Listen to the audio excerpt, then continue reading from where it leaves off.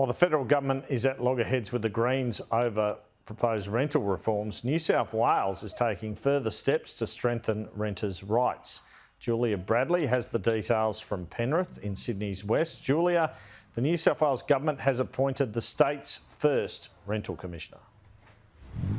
They have, Andrew, and there's no doubt in anyone's mind that this new rental commissioner for New South Wales has her work cut out for her. She's going to need to advocate for renters at a time when people are struggling to pay their bills. Now, Premier of New South Wales, Chris Minns, today made that announcement that it will be Trina Jones, the former CEO of Homelessness New South Wales, who will be taking up this position. She'll be paid about $300,000 per year to ensure that there is a fairer rental market in New South Wales. Now, this idea of a rental commissioner was put forward by New South Wales Labor during the March state election, and now they're following through on that promise. Trina Jones today indicating her priorities will be working to implement the government's proposed legislative reforms. Now, this includes things like banning no grounds evictions, introducing a portable bond scheme, and making it easier for renters to own pets. She's also going to be bringing her experience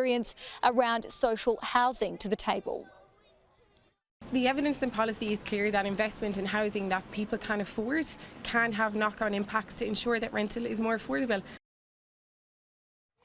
Now, this idea of implementing a rental freeze or capping rents is something that the Premier of New South Wales is firmly against, and we've seen this play out on a federal level as well. The Greens pushing for this to be introduced, but the Albanese government remaining firm. In fact, this is why their $10 billion Housing Australia Future Fund was not able to pass the Senate. Here was Chris Minns.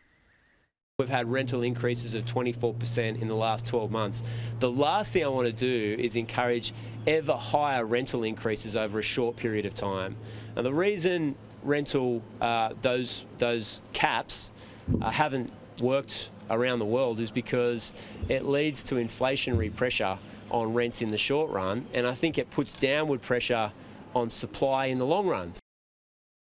There are 2 million renters in New South Wales, and new data shows that many residents of Western Sydney are shouldering the greatest burden. We've been out speaking to some people here in Penrith about how they're struggling to make ends meet. Put a cap on rental increases. I don't have a lot of faith in the government as it is. I never had, but I think they really need to listen.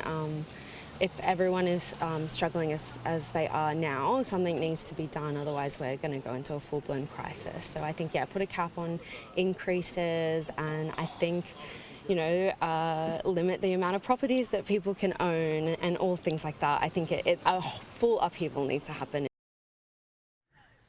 Some people are pushing the state government to go further with their rental reforms. Trina Jones will start in her new role on the 7th of August. Andrew. Julia, thank you.